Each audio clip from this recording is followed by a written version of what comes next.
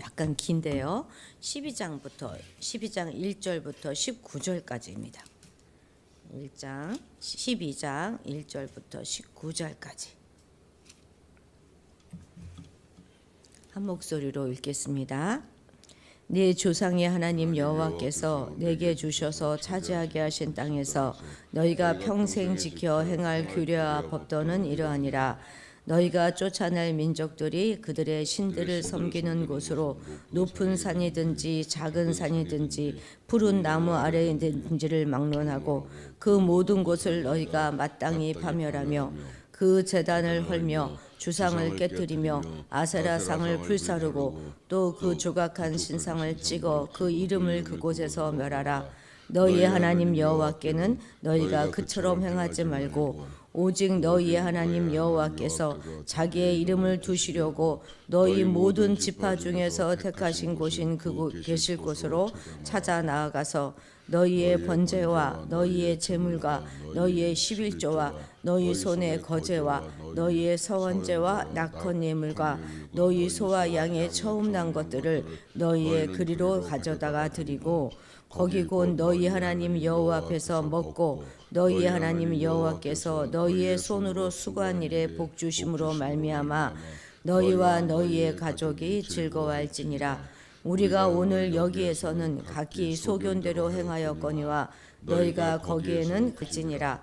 너희가 너희 하나님 여호와께서 주시는 안식과 기업에 아직은 이르지 못하였거니와 너희가 요단을 건너 너희 하나님 여호와께서 너희에게 기업으로 주시는 땅에 거주하게 될 때 또는 여호와께서 너에게 너희 주위의 모든 대적을 이기게 하시고 너희에게 안식을 주사 너희를 평안히 거주하게 하실 때에 너희는 너희 하나님 여호와께서 자기 이름을 두시려고 택하실 그곳으로 내가 명령하는 것을 모두 가지고 갈지니 곧 너희의 번제와 너희의 희생과 너희의 11조와 너희 손의 거제와 너희가 여호와께 서원하는 모든 아름다운 서은물을 가져가고 너희와 너희의 자녀와 노비와 함께 너희 하나님 여호와 앞에서 즐거워할 것이요 내 성중에 있는 레위인과도 그리할지니 레위인은 너희 중에 분깃이나 기업이 없음이니라. 너는 삼가서 내게 보이는 아무 곳에서나 번제를 드리지 말고 오직 너희의 한 지파 중에 여호와께서 택하실 그곳에서 번제를 드리고 또 내가 내게 명령하는 모든 것을 거기서 행할지니라. 그러나 내 하나님 여호와께서 내게 주신 복을 따라 각 성에서 내 마음에 원하는 대로 가축을 잡아 각국을 먹일 수 있나니 곧 정한 자나 부정한 자를 막론하고 누르나 사슴을 먹는 것 같이 먹으려니와 오직 그 피는 먹지 말고 물같이 땅에 쏟을 것이며 너는 곡식과 포도주의 기름의 11조와 내 소와 양의 처음 난 것과 내 서원을 갚는 예물과 내 낙헌 예물과 내 손의 거제물은 내 각성에서 먹지 말고 오직 내 하나님 여호와께서 택하실 곳에서 내 하나님 여호와 앞에서 너는 내 자녀와 노비와 성중에 거주하는 레위인과 함께 그것을 먹고 또 내 손으로 수고한 모든 일로 말미암아 내 하나님 여호와 앞에서 즐거워하되 너는 삼가 내 땅에 거주하는 동안에 레위인을 저버리지 말지니라. 아멘. 이제 11절까지 율법 순종을 강조한 후에 이제 율법의 모든 내용들을 강론하고 있습니다. 모세는 이제 그들이 지켜야 할 법들을 12장에서 26장 이렇게 걸쳐서 쭉 제시하고 있습니다. 이것은 그 땅에서 평생 고지 들어야 하는 규례와 법도들입니다. 이것은 십계명의 구조로 되어 있어서 가장 먼저 나오는 것이 나 외에 다른 신을 너희에게 두지 말아라 하는 제1계명에 대한 풀이입니다. 제1계명이 우상 숭배를 금지하듯이 모세는 모든 이방 성소를 다 제거하고 오직 여호와만 섬기라 이렇게 명령합니다. 여기 신명기 12장에서 반복적으로 나오는 표현 중에 하나가 너희의 하나님 여호와께서 자기 이름을 두시려고 택하실 그곳으로라는 표현입니다.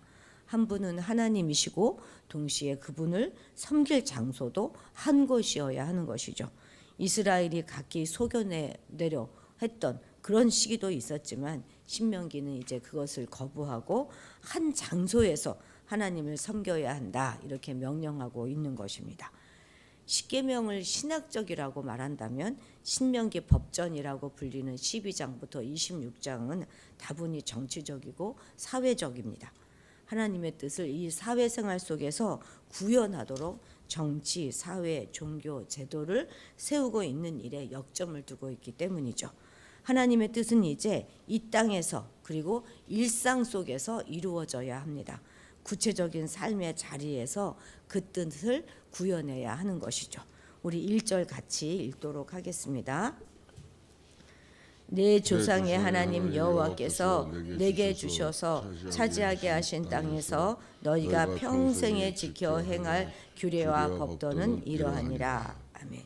모세가 본격적으로 이제 율법을 강론하기 시작합니다. 율법 순종은 애굽에서의 삶을 다 버리고 여호와의 말씀에 따라 여호와의 백성으로 살아가겠다 하는 언약적인 행위입니다. 그 땅에서 평생 고지 새겨 들어야 할 규례와 법도들이 바로 이제 이 율법입니다. 율법 준수는 결코 어떤 한 순간 일시적으로 끝나지 않습니다. 그것은 바로 평생 해야 하는 것이죠. 평생 지켜야 할 규례와 법도 이것이 바로 여호와가 차지하게 하신 땅에서 살아가는 기준이 되는 것입니다.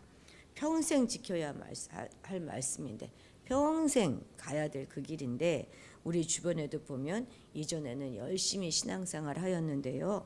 아유 지금은 그렇지 못합니다. 이런 분들이 많잖아요. 지금은 그저 자기 소견대 옳은 대로 살아가는 그런 분들이 많습니다. 과거 기복신앙이 신앙의 주류를 이루었을 때 복받기를 갈망하여서 하나님께 나왔다가 실망하고 떠난 이들이 많은 것이죠. 또한 그들은 하나님께 실망한 것뿐만이 아니라 주변의 사람들로 인해서도 시험에 들어서 결국은 하나님께 멀어지게 된 일도 참 많습니다. 주님께서도 이 땅에 다시 오실 때 내가 이만한 믿음을 볼 수 있겠느냐 이렇게 부정적으로 말씀하셨는데 그 말에 비추어 본다면 우리 안에도 평생 말씀으로 끝까지 살 사람은 그렇게 많지 않다 하는 뜻이 되겠지요. 무엇 때문에 우리도 또 낙심하고 또 실망하게 될지도 모르겠습니다. 그러나 그렇다고 하더라도 하나님을 향한 우리의 마음은 우리의 믿음은 평생 변함없이 지켜나갈 수 있게 되시기를 바랍니다. 2절 3절 읽겠습니다. 너희가 쫓아낼 민족들이 그들의 신들을 섬기는 곳은 높은 산이든지 작은 산이든지 푸른 나무 아래든지를 막론하고 그 모든 것을 너희가 마땅히 파멸하며 그 제단을 헐며 주상을 깨뜨리며 아세라상을 불사르고 또 그 조각한 신상들을 찌고 그 아름다움을 그곳에서 멸하라. 그 이름이냐 그 이름을 그곳에서 멸하라. 그렇습니다. 가나안 땅에 들어가서 이제 제일 먼저 해야 될 일이 바로 그건 것입니다. 그 땅 곳곳에 설치된 모든 우상 제단을 다 파괴하고 각종 주상과 아세라 상과 또 조각 신상들을 부수고 불사르는 일인 것입니다. 여기서 높은 언덕, 무성한 나무 아래, 푸른 나무 아래 이런 표현은 이방 성소와 제단을 가리키는 표현입니다. 사실 원문에서 보면은요 2절의 경우에 파멸하라 하는 명령형 동사가 제일 먼저 나옵니다. 그러니까 파멸하는 것을 강조해서 말하는 것이죠. 완전히 파멸하라 이렇게 명령합니다. 또 3절에서도 보면 헐라, 깨뜨리라, 불사르라, 찍으라, 멸하라 이런 명령형 동사가 계속 이어지고 있는 것을 볼 수 있습니다. 이방 신들의 제단을 비롯해서 그곳에 세워진 주상, 돌기둥들, 또 아사라 목상, 조각된 신상 이런 것을 다 부수고 찍어내고 불살라야 하는 것이죠. 그 우상의 이름을 지워서 바로 그곳에 이제 오직 하나님의 이름만 남게 해야 하는 것입니다. 그런데 이것은 십계명의 제1계명과 제2계명과 연결되어지는 것이죠. 가나안 땅에 들어가면 여호와만 믿고 섬겨야 하는데 그 신앙은 바로 그 땅에 설치된 우상의 제단을 헐고 우상의 형상을 부수고 불사르는 것으로 표현되어지고 증명되어져야 하는 것입니다. 그것도 선별적인 제거가 아니죠. 깨뜨리고 헐고 불사르고 찢고 멸할 정도로 철저하고 예외 없이 제거해야 하는 것입니다.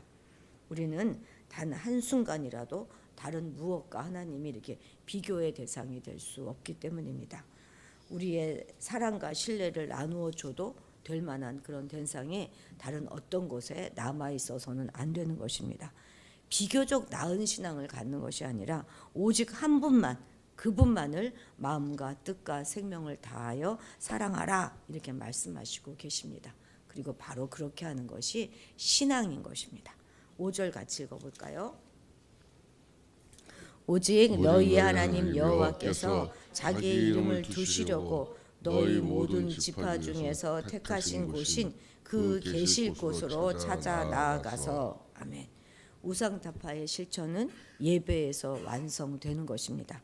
그래서 하나님께서는 합법적인 예배 장소를 정해 주셨어요.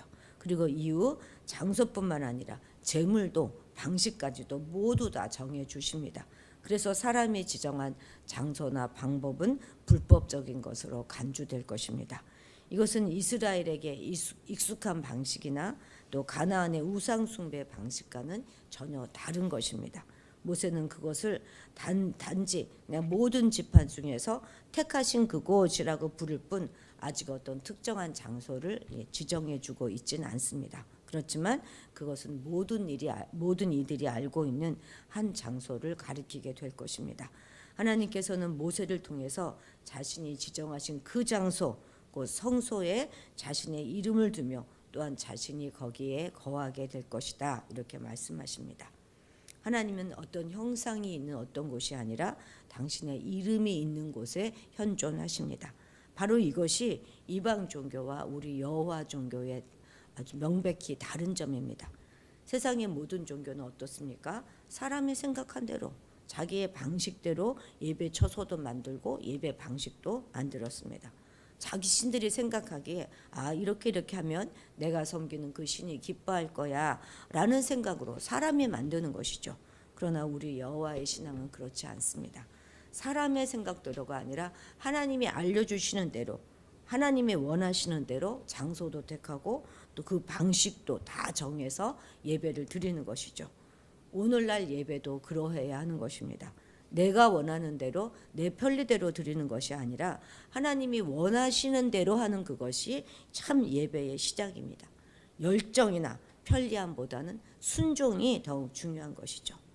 그런데 오늘날 코로나가 우리에게 가르쳐준 지식이 무엇입니까? 영상으로도 집에서 예배 드릴 수 있구나 하는 거 아니겠습니까? 드려보니 참 편리하고 간단하고 너무 좋아요. 그죠? 굳이 바쁜데 막 교회까지 갈 필요도 없다는 것이죠. 가서 여러 사람과 부딪히고 감정 소모 뭐 그런 거 안 해도 되고 그저 집에서 그냥 내 편한 대로 간단하게 예배드리면 되는 것입니다. 그래서 코로나 이후에 정말 믿음이 많이 떨어진 것이 사실이죠. 그런데 반드시 예배에는 자기 희생이 포함되어져야 하는 것인데 그저 내 편리만을 위해서 내 마음대로 드린다면 그것은 예배가 아닌 것입니다. 자기 위안, 자기 위로에 불과할 것입니다. 우리는 예배 드리는 우리의 자세도 반드시 점검해 봐야 할 것입니다. 8절 같이 읽겠습니다. 우리가 오늘 여기에서는 각기 소견대로 하였거니와 너희가 거기에서는 그렇게 하지 말지니라. 아멘. 광야에서는 각기 자기 소견대로 들었어요. 그렇지만 가나안 땅에 들어가서는 여호와의 제단이다 이렇게 불리는 그곳에 가서만 봉헌물을 바쳐야 하는 것입니다. 사사기처럼 자기 소견에 따라 여호와의 제단을 정하고 바치고 싶은 봉헌물을 내 마음대로 드려서는 안 된다는 것이죠. 성막이 존재한 광야 시절에서는 광야의 상황 때문에 그런 관행이 두드러지지 않았지만 그 땅에 들어가면 다시 그 애굽에서 지켜온 그 관행을 따라갈 가능성이 충분합니다. 가나안의 거짓 신들과 또 그들의 우상을 따라갈 그런 위험이 아주 컸기 때문에 모세는 조상들의 오랜 관행들을 금지하면서 지정된 그 성소에서만 지정된 예물을 드려야 된다 이렇게 가르친 것입니다. 정한 대로 정한 것만 바쳐야 하는 것입니다. 또 분깃이 없는 레위 지파를 반드시 챙겨야 한다 이렇게 말씀하고 계시죠. 주께서 바라시는 것은요, 내가 지성하여서 감찬하겠다 하는 그런 태도가 아닙니다. 그것은 자신의 욕망을 투사하는 그런 방식이잖아요. 그렇게 내가 내 욕망을 투사해서 지성해서 감춰내가지고 하나님의 마음을 훔치겠다 하는 것은 불법적인 거래일 뿐입니다. 모든 제사는 하나님의 은혜에 대한 겸손한 반응이어야 하는 것이죠. 아무리 드려도, 내가 어떻게 드려도 다 갚을 수 없는 은혜에 대한 반응이 예배이고 제사라는 사실을 우리는 잊으면 안 될 것입니다. 그래서 합법적인 제사는 바치라고 한 사람을 통해서만 바치는 것입니다. 그렇게 드릴 때 우리의 예배가 하나님께만이 아니라 우리에게도 즐거움이 되고 기쁨이 될 것입니다. 18절 읽겠습니다. 오직 내 하나님 여호와께서 택하실 곳에서 내 하나님 여호와 앞에서 너는 내 자녀와 노비와 성중에 거주하는 레위인과 함께 그것을 먹고 내 손으로 수고한 모든 일로 말미암아 내 하나님 여호와 앞에서 즐거워하되. 아멘. 하나님 앞에서 즐거워하라. 이것은 마치 후렴구처럼 반복되는 명령입니다. 엄숙할 것만 같은 율법이 이제 즐거움이 됨을 말하는 것이죠. 하나님 앞은 이제 두려움이 아니라 즐거움의 그런 자리입니다. 또 혼자만의 즐거움이 아니라 함께하는 공동체와 누리는 즐거움입니다. 의무감에서 벗어난 기쁨을 예배 생활에서부터 되찾아야 하는 것이죠. 우리도 어떤 이유에서든지 예배가 힘들었던 그런 시절들이 있었지 않습니까? 교회 가는 것이 기쁘지 않고 답답하고 그럴 때가 있었습니다. 그럼 얼마나 사는 것이 힘들었는지 아마 여러분 기억하실 것입니다. 예배는 어찌하여든지 기쁨이어야 하는 것입니다. 하나님 앞에서 즐거워해야 하는 것임을 우리가 새삼 다시 한번 기억합시다. 한 하나님만 예배하고 한 하나님이 정하신 그 법도를 쫓아서 공동체와 함께 즐거이 예배할 때 예배는 축복이 되고 또 축제가 될 것입니다. 우리 기도하시겠습니다. 아무리 드려도 어떻게 다 드려도 갚을 수 없는 그 크신 은혜에 대한 겸손한 반응으로 감격하여 예배하는 우리가 되게 하옵소서. 우리의 소견에 따라 우리 방식대로 신앙생활을 하는 것이 아니라 하나님이 원하시고 말씀하신 대로 겸손히 믿음의 길을 가기에 그것이 우리 모두에게 기쁨이 되고 더 큰 행복이 될 수 있게 도와주옵소서. 무엇과 비교하여 누구와 비교하여 더 나은 신앙이 아니라 절대적으로 하나님만 섬기며 나아가는 믿음이 되게 하옵소서. 어떠한 경우에도 예배의 감격을 잃지 않게 하시고 하나님이 정하신 법도를 따라 공동체와 함께 행복하게 예배하는 삶으로 충만하게 하옵소서. 감사드리며 예수님의 이름으로 기도드렸습니다. 아멘. 오늘은 선교사님들을 위해서 기도하는 날입니다. 겨울 수련회가 내일 모레로 다가왔지요. 날씨와 안전과 그 집회를 위해서도 기도해 주시고 우리 시리아를 위해서도 기도해 주셔서 처음 예배 드리는 것이니 일단 잘 적응하게 하고 그를 통하여서 그의 가정이 또 복음화될 수 있는 그 길이 열려질 수 있기를 위해서 기도해 주시기 바랍니다. 오늘은 각 가정의 가장들을 위해서 또한 기도하겠습니다. 우리 주님의 이름을 크게 부르고 기도의 자리로 나아가도록 하겠습니다. 주여!